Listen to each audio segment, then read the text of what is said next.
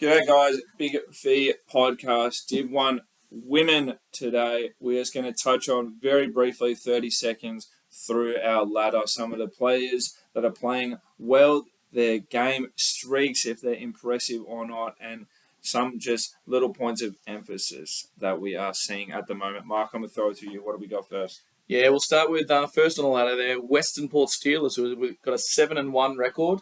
They're currently on a 4-game win streak as they've found some form.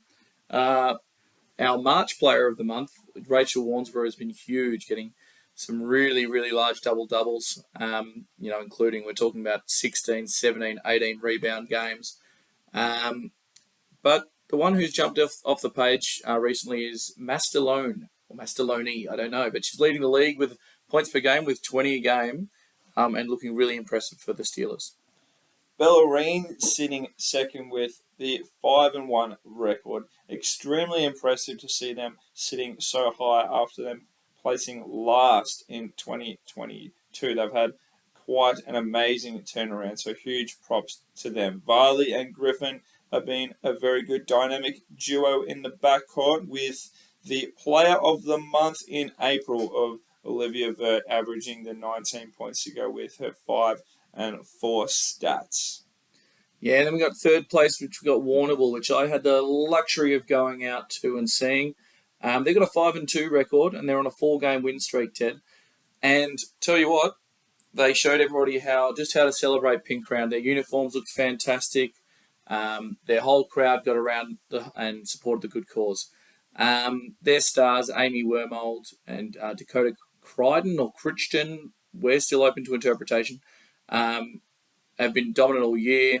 And then an impressive one for me was Hillis, who scored 12 points in about the first 5 minutes. They can all shoot the ball well, Ted, so they're going to be a force to be reckoned with going forward. Very good, very good. We got Mildura sitting fourth with a 4-4 record. A team who are sort of struggling to string some multiple wins together. They were quite consistent last year, but this year they're quite up and down. Johnston running the core of their offense in a moment, as Vanessa Power has been sort of quiet, not having the year we probably expected her to. Obviously, being from Mildura with that hot house, the travel can always be an influencing factor, but we will see them towards the end of the season, I reckon. Yeah, and then we're down at fifth place to the ever-improving Craigieburn, who are now sitting 4-4. They had a really slow start to the year, dropping, I think, their first 2 games. But they're certainly building. Courtney Strait has found her feet, and she's been a really integral piece for the Eagles, and the league is certainly struggling to contain her. Carly Cranston was missing on the weekend, but is obviously a star of Big V and has been for a while. I guess the only question mark moving forward for them to potentially make that top group will be around their depth.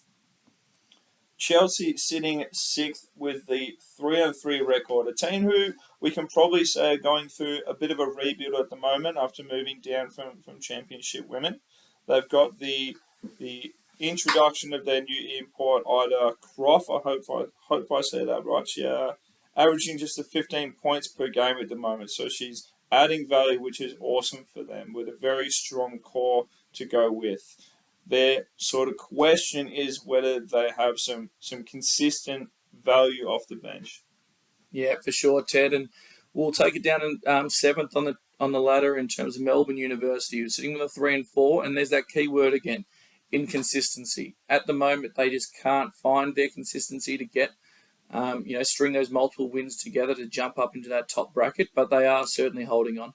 They've had a bye week, so hopefully they've regrouped and re-energised. But Amelia Smith and Mira Coburn are certainly look like they're finding some form as the season goes on. So fingers crossed they can keep that rolling into the back end of the year. Altona now sitting at 8, with the 3-6 record, with the 4-game losing streak at the moment. They've probably had the busiest schedule thus far in Division 1 women, so this could be amounting to some just tired bodies on Sundays. They are a team probably struggling defensively the most.